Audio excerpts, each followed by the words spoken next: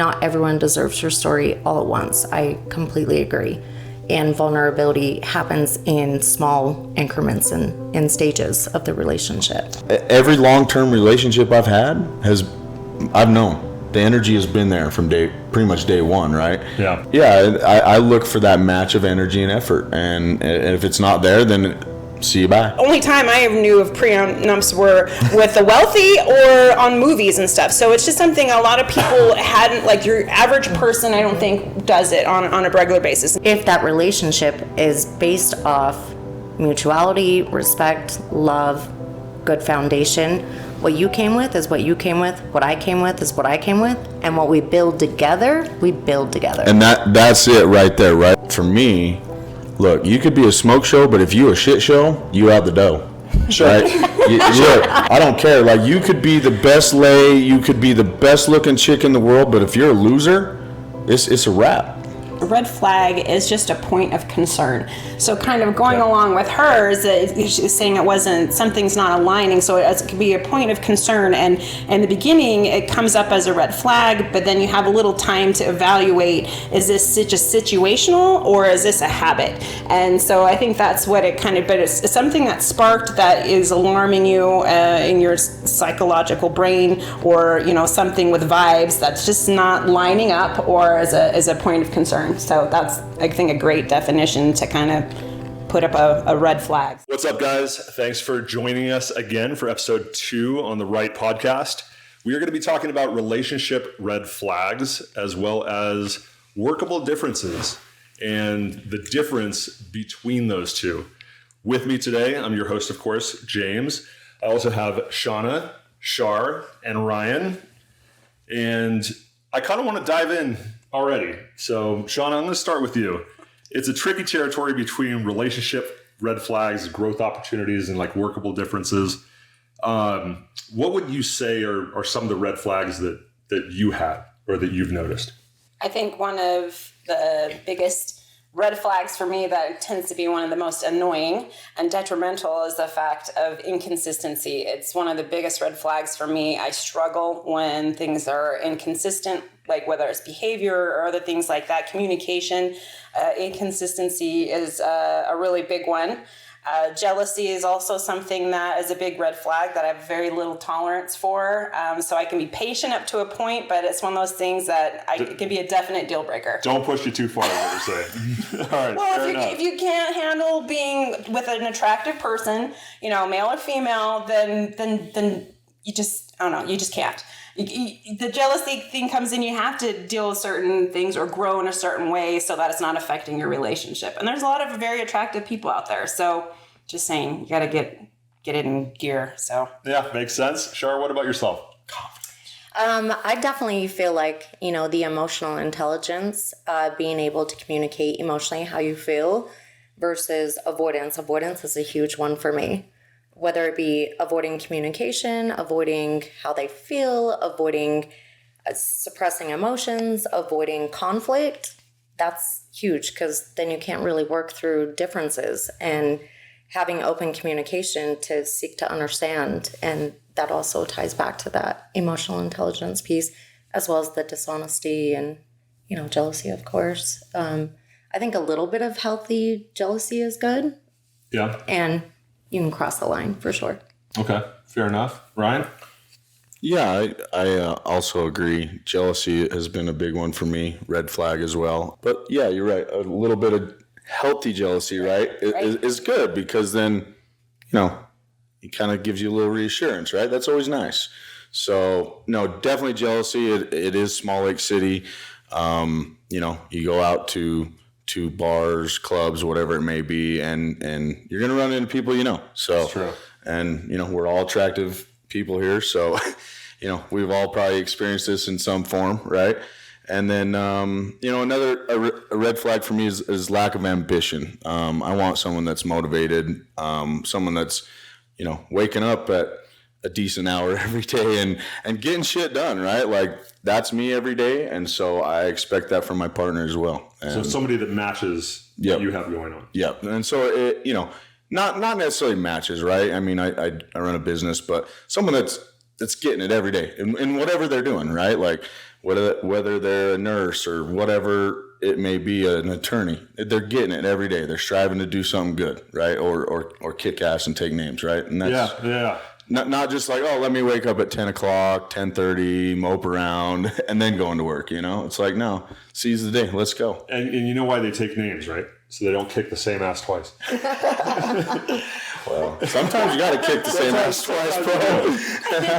I want to go back to, Char, something that you said regarding avoidance. So there's a couple of different attachment styles, as I'm sure you guys have all heard before. The avoidant attachment, secure attachment, anxious attachment. Thank you, Shauna. What is it about the avoidant? And I think probably all of us have dealt with this to some degree because it's a pretty popular one. How do you guys feel about that avoidance style? Do you see that as a red flag, or is that something that you can work through and become more attached, or think that they can become more attached? I think it really depends, honestly, if they're willing to identify and become aware that they're avoidant, and take accountability, right? Like if they're using it as an excuse, that's when it becomes a red flag for me. If they don't want to have conversations because, for them, it brings up, fear of abandonment, all that stuff, which is normal.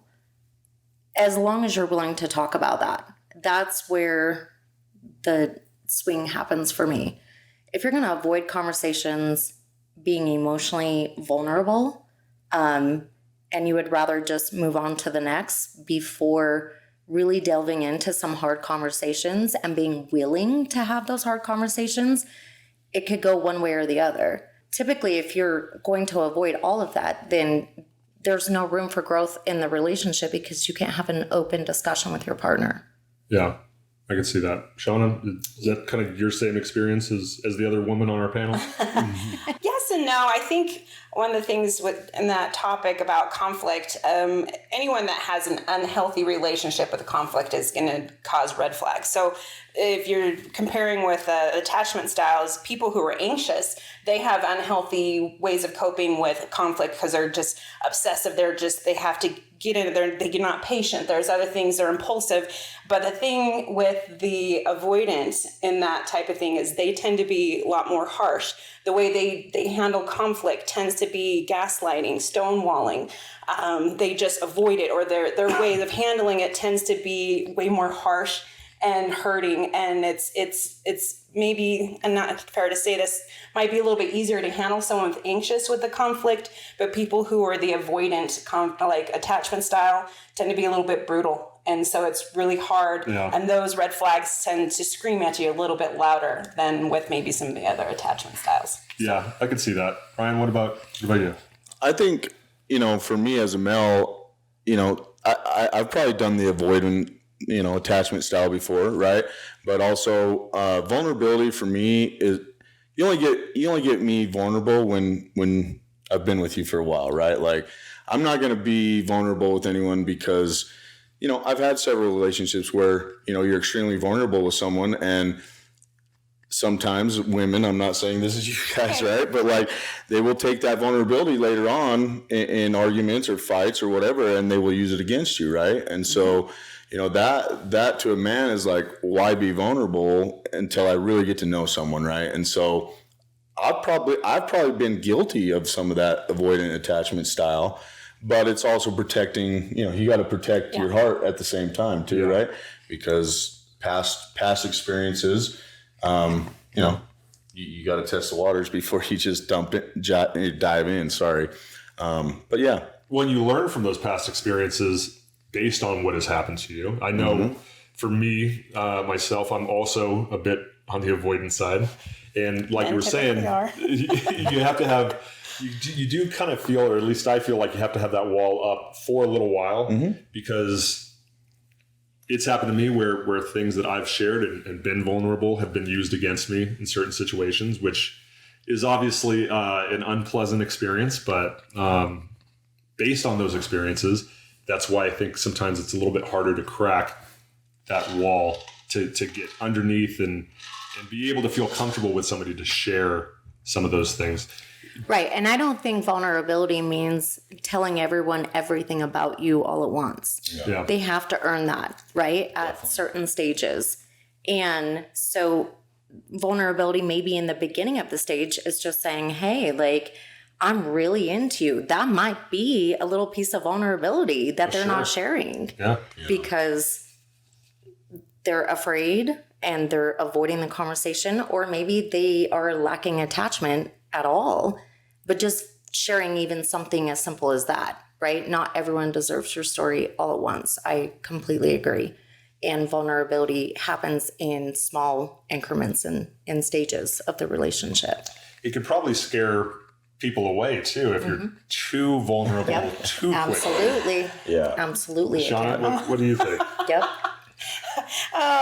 You're hitting me. I was trying to control my poker face today, but you're hitting some topics that are so like part of my life. Yeah, it's just interesting talking about. I've definitely dealt with exposing myself too much or being too open or vulnerable. And anytime you have any bit of vulnerability, you have expectations that go along with it. You say something, you're going to want someone to care.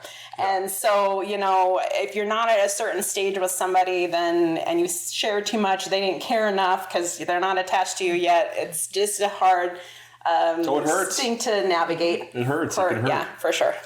I'm a little curious, we've talked at the open about what some of the red flags are and what some of,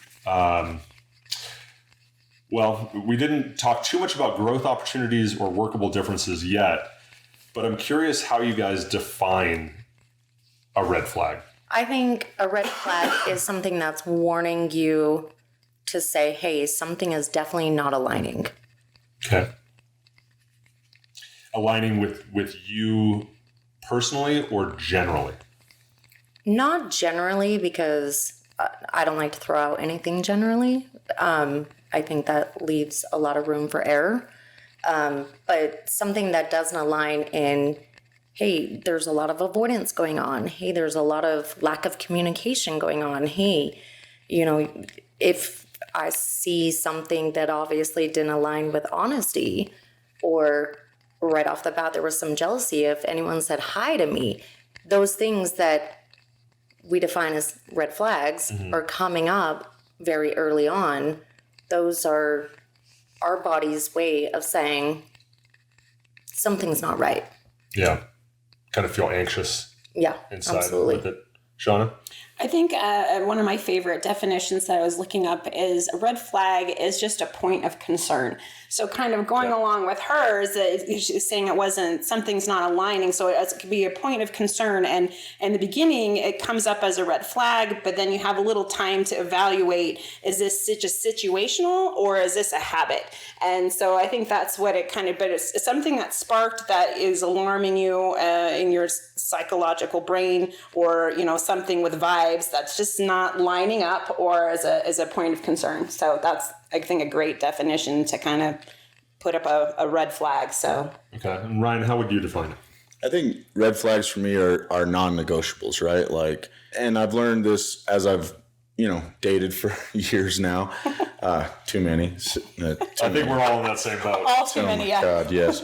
So, but yeah, non-negotiables, right? Like, and I've gotten better as I've been in the dating world of screening that before I even go on a date with someone or get in a relationship or even, contemplate that, because for me, it's like red flags are, have a job, have something going for you. Right. And don't just be a bum. But yeah, those are how I define that as non-negotiables, right? That's a red flag to me. Okay. So with red flags, like I said, the flip side are workable differences. And I'll give an example here. Because it'll change from person to person what is considered a red flag. Right. And the immediate example that comes to mind is I myself probably wouldn't feel comfortable with dating a girl who wants to go out every Friday and Saturday night to the club. For me, that's going to be a red flag. However, for somebody else, that could be, well, I love going out. That's a feature. not a bug. Yeah. Right. Right.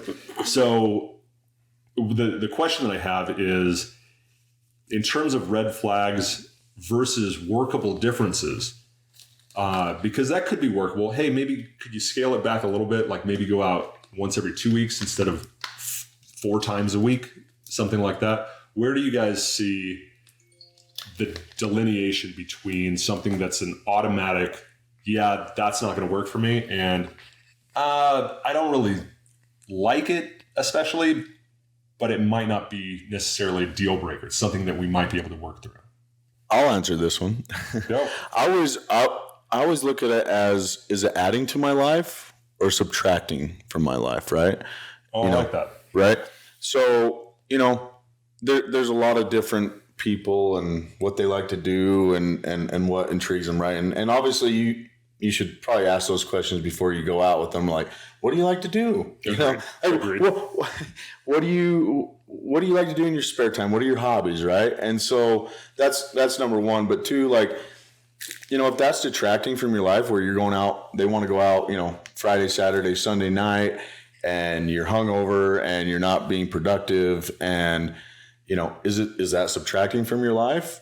I think so, right? Probably, if that's how you're feeling about it. And at that point, have a conversation with the person, like you said, right? Unless it's us, because we're avoidant. Well, no, I have had those conversations, right, in the past, especially about going out, because, yeah, I like to go out too, right? I like to go dance. I like to go have fun and hang out, whatever, have a drink. Sure. But as I've gotten older and as I've progressed in my business, it's like, I want to be home. I want to be focusing on my business and making my business money and growing into what I want to become, right? Yeah. In life. So, Ladies? I think for me, I'm a big advocate of the balancing out the I, the you, and the we. So when I'm looking at that, is it willing to be something that's not a red flag or something we can work through? Like, number one would be like willingness. Like, how willing is that person to be flexible on this particular topic? If they're like, no, this is who I am, I'm dead set on this, then you're going to be fighting with this person. If they're flexible of change, then that's a thing. But also, like, how big of a gap is that difference between you and that other person? Yeah. Because that'll tell you how much work it's going to take to change that, and if it's really worth the time or whatnot. So willingness, and what's the gap? but I love that because it's for me, right? Bottom line, I'm going to ride my motorcycle in the summer and sometimes I'm going to ask you to go. Right. And sometimes I'm going to say, hey, I'm going with the boys, or I'm going by myself. Right. Bottom line, that bike's going out 3-4 times a week during the summer. That is my thing.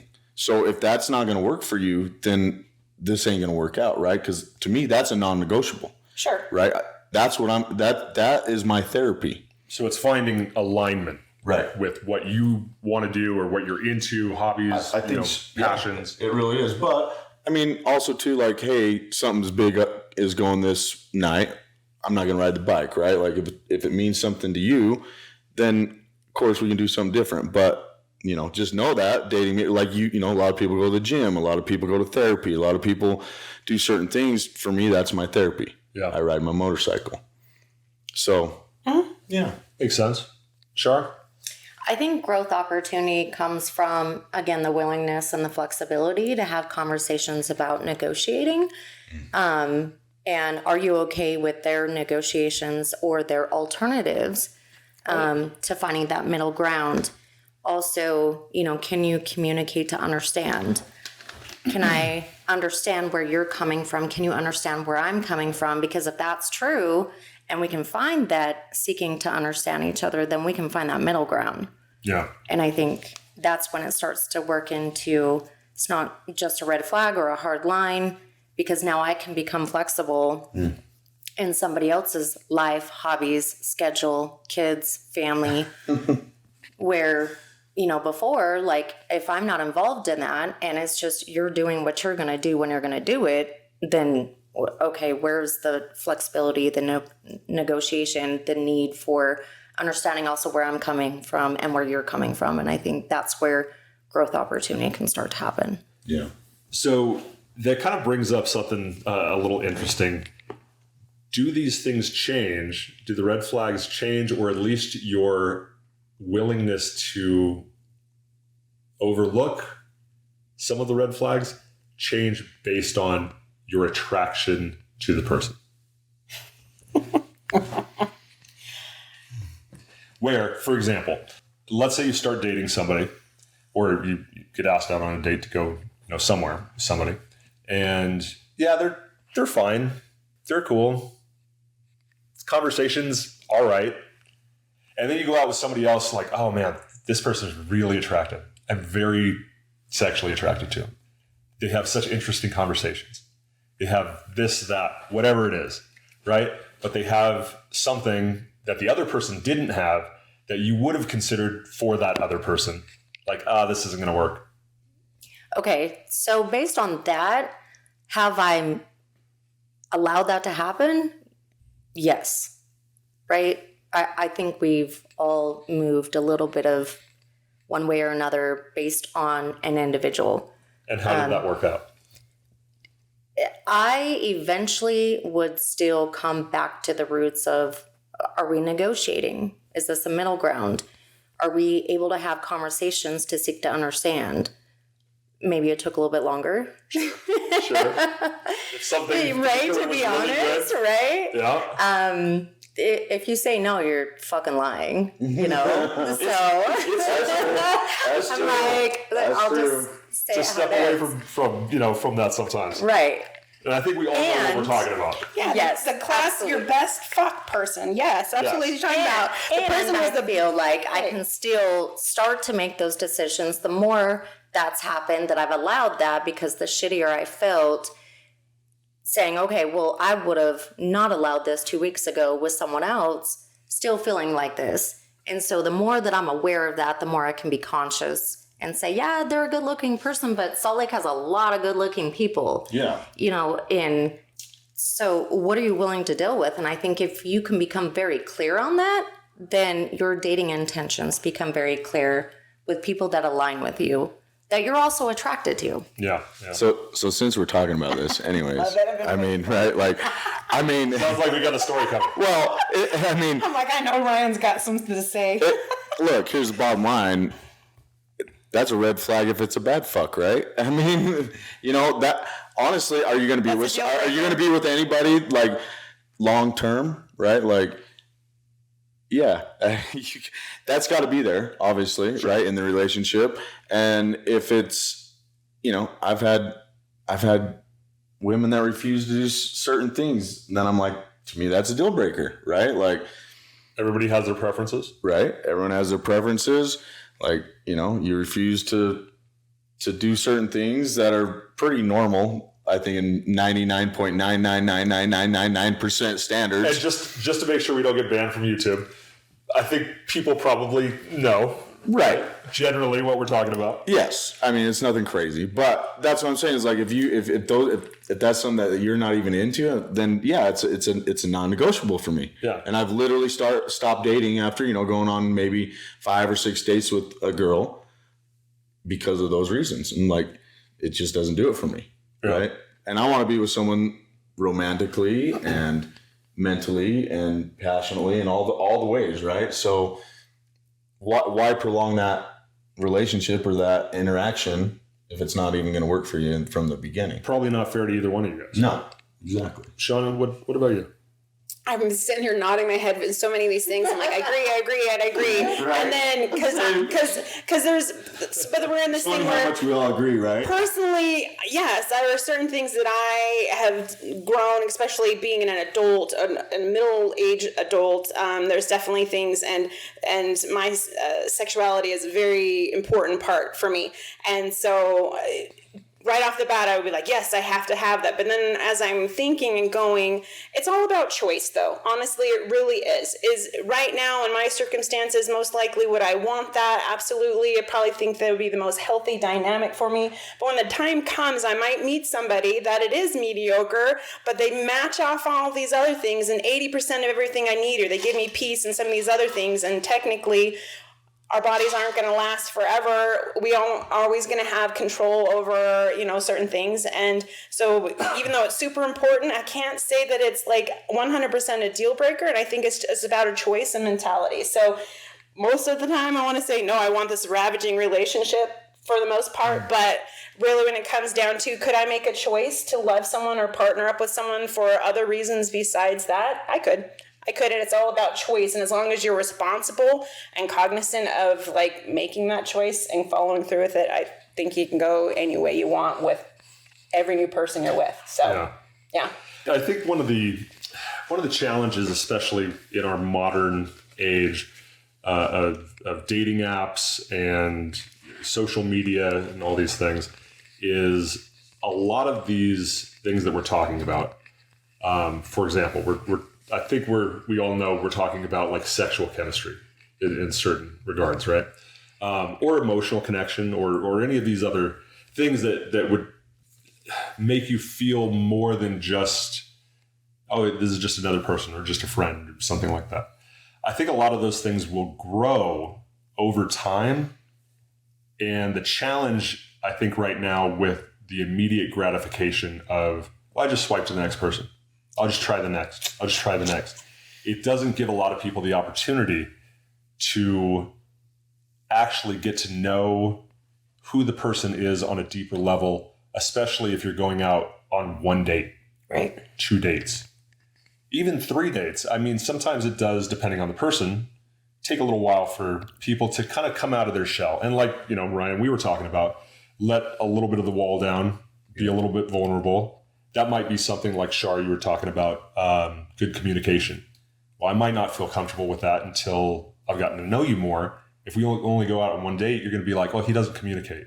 Where I just haven't gotten to that point yet, but it might be great, if that was the case, if people gave it a little bit more time. Right. I think. Letting those red flags convert into something workable that you thought was a red flag that sometimes could have evolved into something else where you're like, you know what, that was a red flag, but you know what, honestly, I think we can compromise on this, and it's not what it was when I initially first thought. Yeah, or making that snap judgment. I hear a lot about, and I'm sure you guys have also, the icks. Like, oh, they chew this type of gum. Ick, done. Oh yeah. Like, really? I would hope people dating are more mature than that, right? Like, you'd hope, but you'd also be disappointed. But I will say this to your point. I feed off of energy, right? From the moment I start talking to a woman, right? Is she texting me back? Right? That shows interest. Is she texting me back? Is she matching my energy? Right? And that's how energy and effort. Exactly. Energy, effort. And usually 2-3 dates in, every long-term relationship I've had I've known the energy has been there from pretty much day one, right? Yeah. I mean, so yeah, I look for that match of energy and effort. And if it's not there, then see you bye. I mean, and that kind of goes back to like just communicating on a small level of like, I like you. I would love to see you again. What are you doing this weekend? Something as simple as that, where people just kind of hang around and wait for someone to say something. Yeah. Someone better to come along, right? Like, right? Like in the society that we live in, right? Oh, and the next best thing, right? Yep. Come along. So, very distracted. Mm-hmm. Yes. Yeah, and I actually, it's funny. Me and my really good friend have been talking about this. It's like, what you consume, right, on your social media. It's like me and him have been on this big kick lately. Like, we're going through our whole Facebooks and just purging, right? And just like people that are not posting high value stuff, like, get rid of it, because it's such a distraction. And it, especially in the dating world, it's like, oh my gosh, it's there every day. People go through that all day, every day, and it's such a distraction. And so, that's one thing I've really been focusing on this year for myself is getting rid of all those distractions. Yeah, that's probably good. I want to switch gears just a little bit from red flags, swinging the pendulum to the other side, and talk about workable differences and kind of some growth opportunities. So I'm curious, and Shauna, we'll start with you. I'm curious what some of the relationships that you have been in where you found that something may not have been exactly that, what you wanted, but you were able to grow into, or there was at least enough of a change that occurred to where you felt, okay, I can handle this. I can deal with this. It's funny because when I was thinking about this question earlier today, something came up and we're talking about vulnerability. You never know what people are going to say. You ready for this one, James? I'm ready. All right. Am I ready? Ryan's all ready. He's like, yeah, Shauna. So I was in a relationship with a guy that was very strong as far as power dynamics go. And even though I was very open to it and had been exploring it a little bit, it was a little bit different level than what I necessarily was familiar with. And he is the type of guy that is a contract guy. So meaning he has set up, or has in the past, was some people had what is like a contract. So you got to think of like you have a a personal trainer and they want you to do A, B, C, D, and they're going to help, not necessarily groom you in a bad way, but help you get to a better place. And so he was really positive on wanting to help his girls get at a better mental place and this or that. So he had talked to me about it, and I automatically was like, contract. This seems way too controlling, this or that. Let me jump in there for just a second. Just to clarify, did it feel more like a transactional type of relationship? No. From the standpoint of, I need you to do this and this and this, or this happens. No, you gotta think. Okay, so when we talk about contract, it would be talking about like your sleep, your alcohol intake, diet.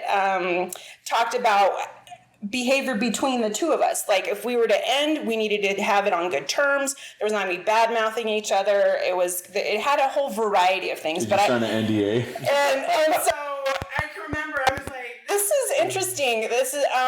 But the thing that was great about it, because I was very curious, and so even though I didn't feel I necessarily needed all those things, I wasn't totally against it because it gave structure. Sure. And but there was also negotiation. I could go through it, and anything I wasn't comfortable with, we could make adjustments. And even though it was something I had never really done before, I also wanted to be able to trust my man in a different way, and he really had good intentions with it. It wasn't to control me or this or that. It didn't have to be long term. It could be short term, and I really felt that his intentions were good, and it wasn't something to punish me or anything like that. And sometimes I need rigid structure because I did CrossFit for a little bit because I just needed to be told what to do, and I was able to have the mentality with it, and I did it for a little bit, and it was actually really good.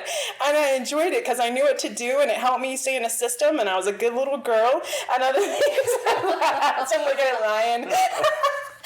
And so I know it's not what people were expecting, but it was what came to mind in a relationship that I was so hesitant at first, but it was super, super healthy. And not to say that I need to be under a contract again, but I had that experience, and I can't say that it's something that other people don't need to have. So yeah, that was mine. I like it.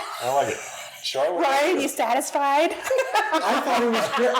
I'm sitting there nodding my head like, yes, this is great. Like I'm listening. I'm picking up what you're putting down. Now we'll have normal commentary from Ryan and Char. No, hey, look, I was nodding my head. I get it. I've been there. Char, what about you? What growth opportunities or workable differences have you found that you've been in a relationship and like, oh, you know what? Okay, I can see how we can work past this, or I can get through this, that, whatever it is. Yeah, I think a big workable difference for me, again, is the flexibility, being able to negotiate, right? Like, I don't want to meet someone that is just, this is how it is, this is my schedule, this is all I have time for. It's like, okay, well, I'm trying to be flexible to also adapt to the things that you like in your schedule. So if there's, I understand. I had 3 kids, raising them as a single mom. kids' weekends were kids' weekends. But as it would progress, you know, can we introduce and maybe go do a kids thing as friends at first, and seeing how do we interact with each other. I've also met my complete opposite. You know, he was a very introverted individual, stayed home all the time, didn't drink. I am an introvert extrovert. I like the balance between going out and staying in. He had social anxiety. I obviously don't. It was a complete opposite, where normally I'd be like, this person's not for me. Yeah.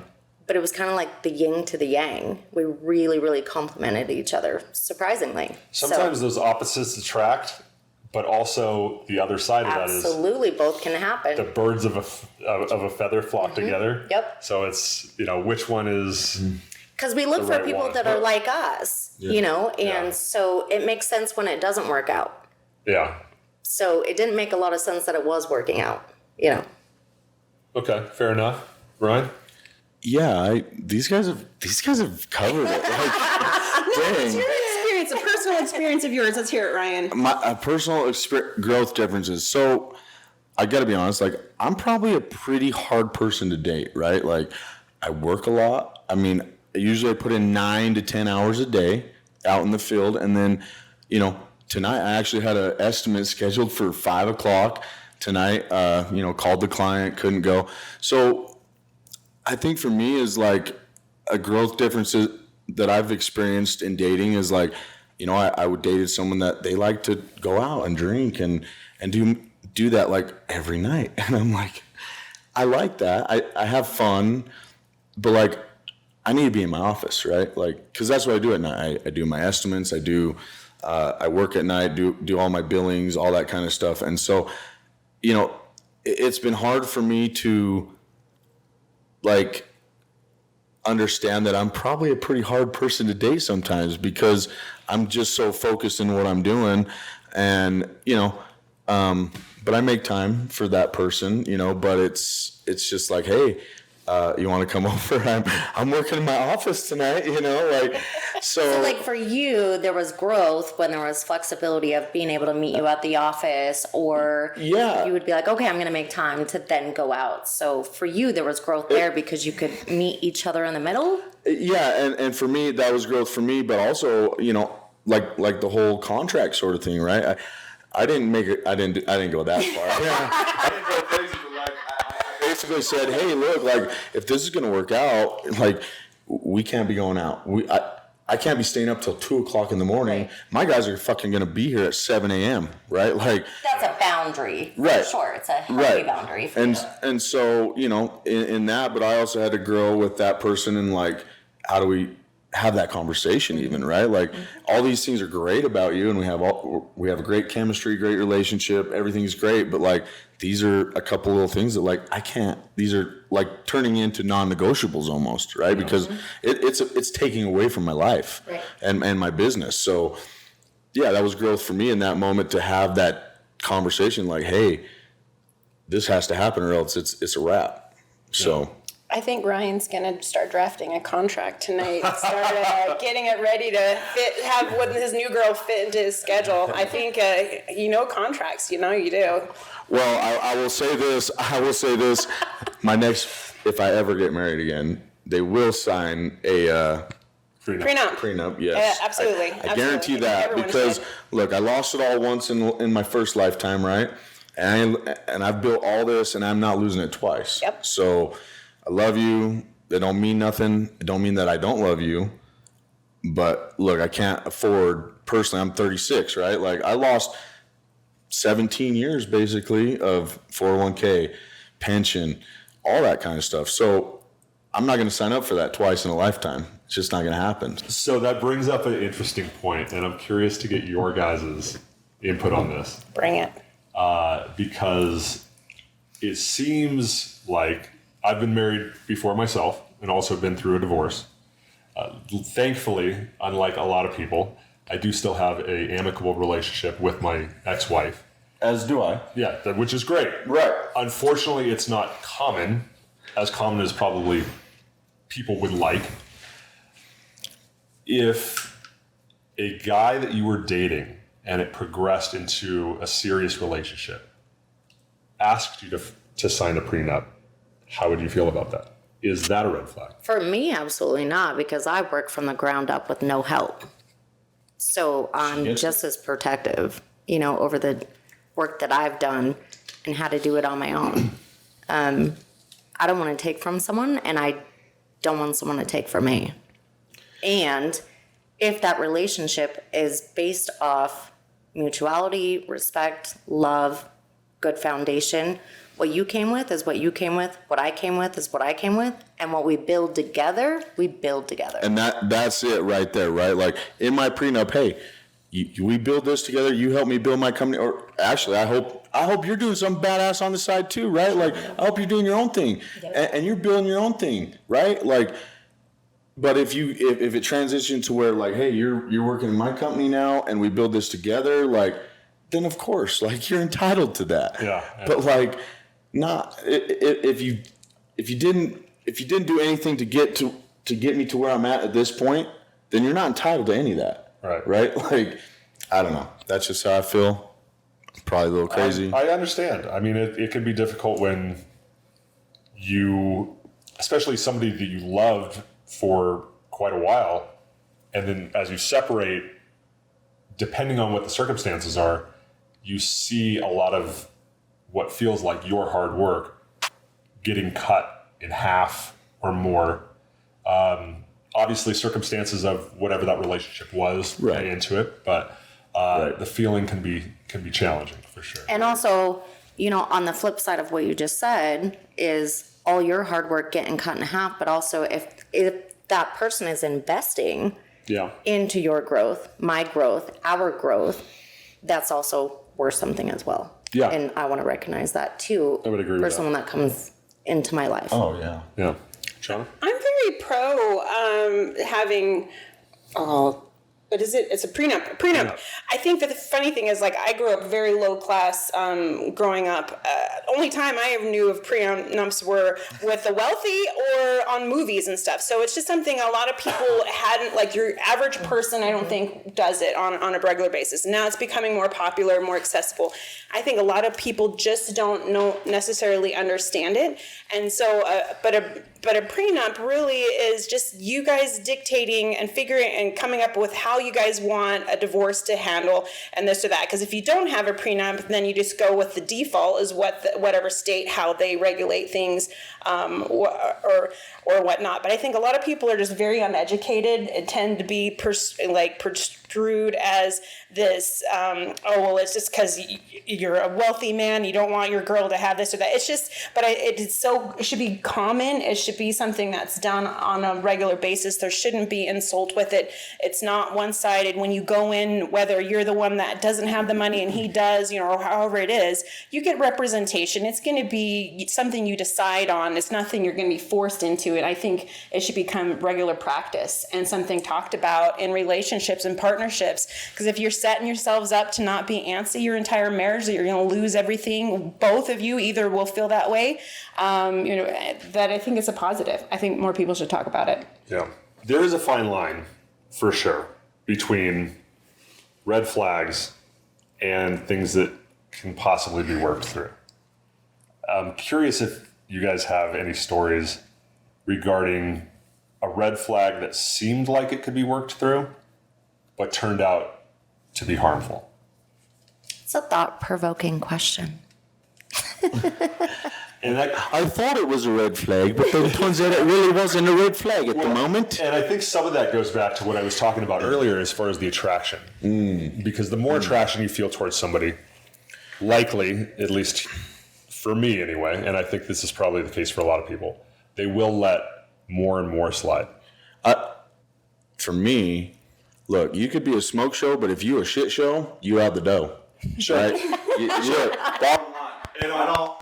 Extreme examples, sure. I don't care. Like, you could be the best lay, you could be the best looking chick in the world, but if you're a loser, it's a wrap.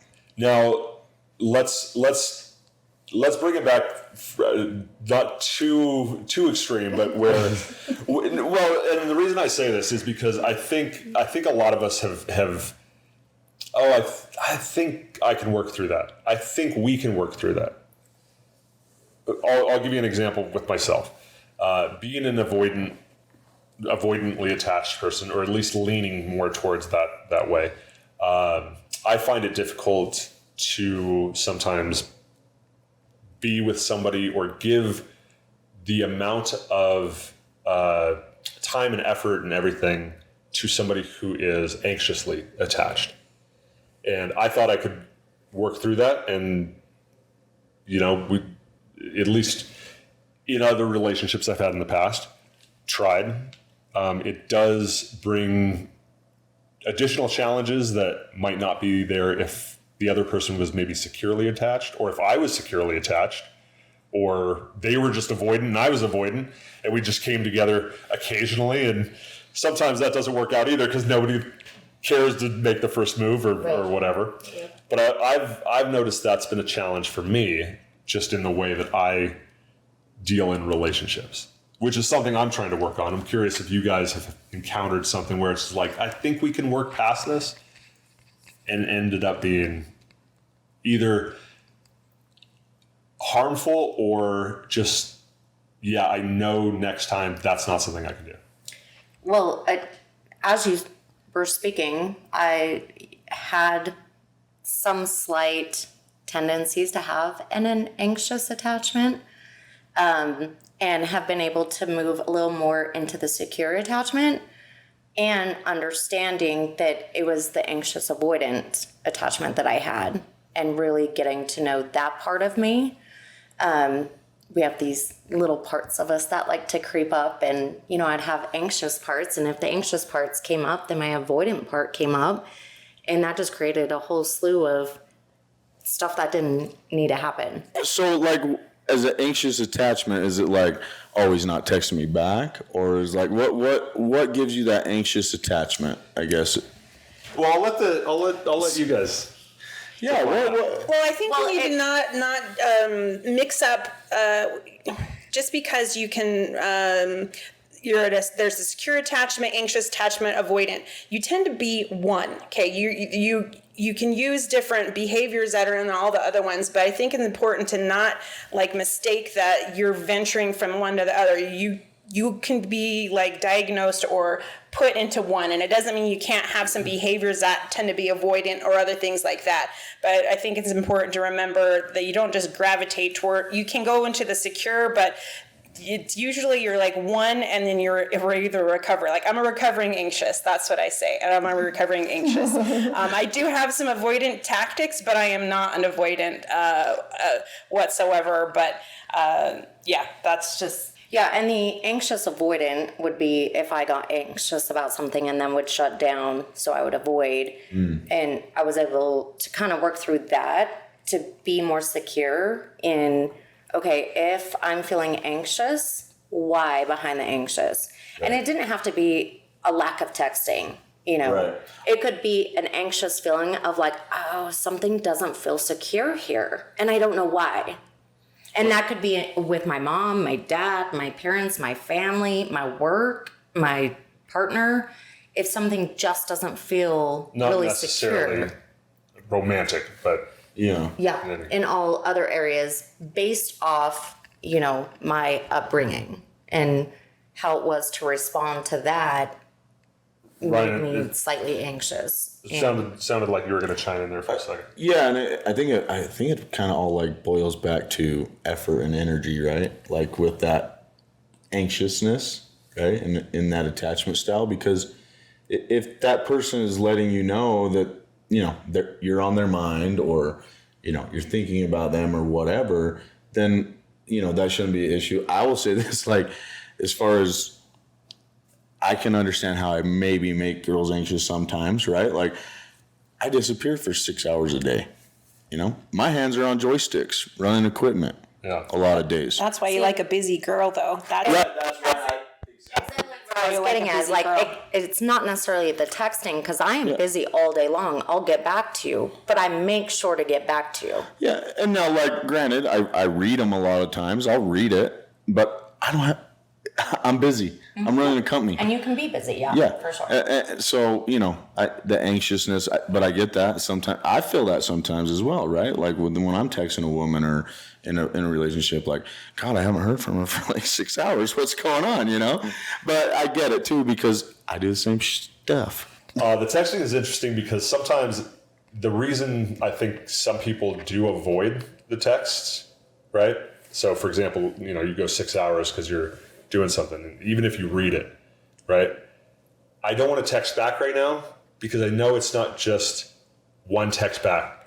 It's a conversation we're going to have for the next 10 minutes. Which is funny. Right, 'cause when I'm you get like 6 texts in a row. And I'm the worst texter in the world. I'm a communicator by phone. People, friends of mine are like, Sure, I texted you like 4 or 5 times. What are you doing? Like, I never heard back. Right. I was like, well, I'm picking up the phone now. I'm calling you. I don't have time to sit there and text. So I get that. That's where my secure attachment comes in. And if it was just, hey, what are you up to?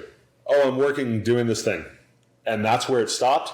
That is enough. It would probably be okay. Yeah, absolutely. I love the phone call. And I feel like that's lost a lot in today's dating. Absolutely. Yes. FaceTime. Because it's easier just to text. Phone call, Yes. right? Like, Minimal effort. And it's misconstrued and You have no tonality. Yep. None. And, I can't even tell you how many times I'm in my equipment running but I have my AirPods in, right? Call me. I'll talk to you. Or in my truck, right? Or whatever. But I love the phone calls. I love it because it's so lost in today. Mm-hmm. And you just, people are like hide behind their keyboard, Well, there's just communication with it and talking about it. And I think that's when a red flag's going to come in, is if you, Ryan, are talking to your new girl, you're establishing things, and you talk about that type of communication. And if and there's sometimes boundaries or different things that you want to establish. And if they can't respect those boundaries, which is another red flag, then them is, if they keep texting and they're dealing with their anxious stuff, that's something, you guys can both work out, but they need to, really be self-aware of their thing too. But communication and see if they can respect those boundaries that you have set up to, try to counterbalance that potential issue. So, and I think that's a huge thing to discuss. Like, not only what is your love language, but what's your communication style? Yeah. I think a lot of people kind of skip over that completely 100%. And then you get, reading in between the lines between a text or hours that go by. Like, I can't sit there and text you. I'm a busy girl at my work. Like, it's very strenuous, but it's on the back of my mind and I'll get to you when I can. But I will also text you, hey, I'll have to text you later. I'm busy at work. And then when I can, have that conversation and call and, check up on them and have that conversation. Or it might just be a text day. I can't really be on the phone. It's just those small communication styles too. And sometimes with that, again, the tonality is lost in text. Mm-hmm. So it could be received as, hey, I'm busy. I can't talk right now. The way somebody interprets that over rejection text is, I don't want to talk to you. Yep. Mm-hmm. As opposed to if you were to call them on the phone, hey, I'm really busy right now. I just can't talk right now.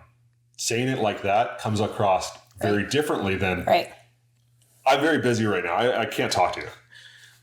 Those poor heart surgeons, they're performing surgery like 8 hours in surgery. How are they ever going to get a girlfriend, dude? Yeah, well, I'm sure they will be fine. Yeah, they got a lot of chickens in the coop. But now we're going to kind of triggers, kind of moving on to triggers, which I think can be a very gray area or a yellow flag. So here's another question that kind of goes along with that. Do you think bringing that up, because I've found that I feel like this sometimes, is, we talked about communication, but even bringing up the idea of, hey, I would really appreciate it if you did this or that. Unfortunately, a lot of times what it comes across as to the other party is needy, insecure, and I'm guilty of this too. It's easier to just, I don't care because I don't want to come across as either of those things. What about, do you guys, when you're in a relationship, is there a text in the morning? Like, is there a morning text? Well, even more than that. Do you guys even like that? I do. Do you? Yeah. Okay. Shauna? It depends. Like relationship though. Like, you guys are in a relationship. Like, committed. I have my own little things that I like, but I don't have to. I have people that I've had men do it more with me than me initiate it. And so I feel like it's been, for me personally, more important for my partner. And so I go right along with it. I have my own other little things that I like text wise. And so that are more my thing that I like being accommodated. But for me personally, the morning text has mostly been initiated by my partner and I've accommodated it. So. Okay. I think it goes back to vulnerability based on what you were saying. Like, do I have that conversation about a trigger that I'm having, and does it appear needy? I think, again, you've got to kind of work into, what does this person deserve from me right now in this stage of our relationship or dating, right? Am I going to tell someone that I've dated for a week or two what's triggering me? No. And I will also be aware of my own triggers and saying, okay, like, sure, that just kind of frustrated you. Where's that coming from? And take accountability for my actions. And I am very comfortable in having a conversation that I feel any sort of communication respect from is to say, hey, like, I was, feeling this way, and that's on me for feeling this way because those are my triggers. You don't own my triggers. And I'm just letting you know this is what came up for me when this happened. Yeah. I'm not requesting anything from them at this point because that's putting a requirement on them based on something that I need to own. Yeah. I think a lot of that, and like we were saying at the top of the show, a lot of what you or how you react is going to come from how things have happened in the past. Or how you've worked on them. Or how you've worked on it. Definitely worked on. Yeah. So my last guest on our very first podcast episode said something I really liked, the way she described it. She was like, as you get older and as you go through relationships and as you accumulate experiences, everybody has this emotional backpack that they carry around with them. Now, some people have a backpack, some people have fucking 5-piece luggage, but Some of them got a 40-foot storage container, bro. Yeah. Come on now. Hopefully they've worked through some of that. So it is more of a backpack than the storage container. Right. Hopefully. I think everybody comes with that at a certain age. We've all been through different experiences, and that's shaped who we are and why we react the way we do to those triggers, those communication styles, those types of things. Oh, 100%. My baggage 6 years ago versus today, totally different, right? Like what I've worked through and the growth that I've experienced in those 6 years, that baggage that I used to bring to a relationship 6 years ago is no longer a factor, right? Because it's old news. It's old news. Well, and I think also, like being able to say, hey, these are the things that I carried in a baggage for a long time that I've actively worked on. When you can, for me, when I can identify one of my triggers and say, hey, this is on me, this is how I felt, I'm hoping my partner is receptive enough to hear, okay, this really bothers her or hurts her, or for me, this really hurts him or bothers him. I'm going to make adjustments that I feel I'm willing to make in this relationship for the person I care about without putting requirements on them. But then it becomes a boundary that you've got to hold if, eventually something's not fulfilling emotional needs based on what you're going through and what's triggering you. And at the same time, like taking accountability, right? Saying these are my triggers. This is what triggers me is when this happens, this triggers me and this is why. And I'm working on that. Part of me working on that is voicing how I feel and being aware, oh, wow, that just came up for me. Because I could work through like my traumas and my triggers, and every new relationship is going to bring up something, even if you've worked on it. Yeah. It's not an end goal to be healed. It's a linear process that happens all the time. That segues into the next question that I had for you guys, which is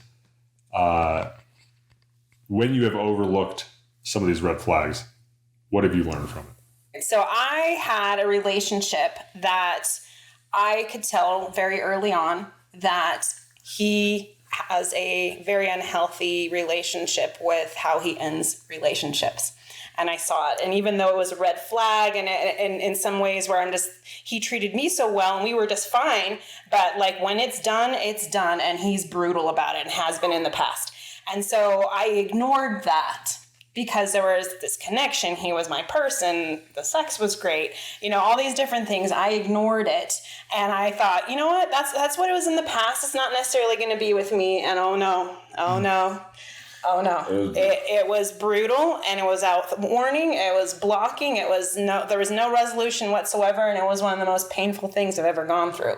Yeah. And so, I definitely learned a hard one with that one. I don't feel bad for giving people the chance and the opportunity and maybe, giving the benefit of the doubt, but sometimes it really bites you, and it's the most painful thing that you'll ever go through sometimes. So, yeah. Yeah. So with that, thank you all for being on this episode and sharing your thoughts and feelings and perspectives with us. And for you out there, thank you for tuning in, and we will see you on the next podcast. This is The Right Podcast. We'll see you guys next time.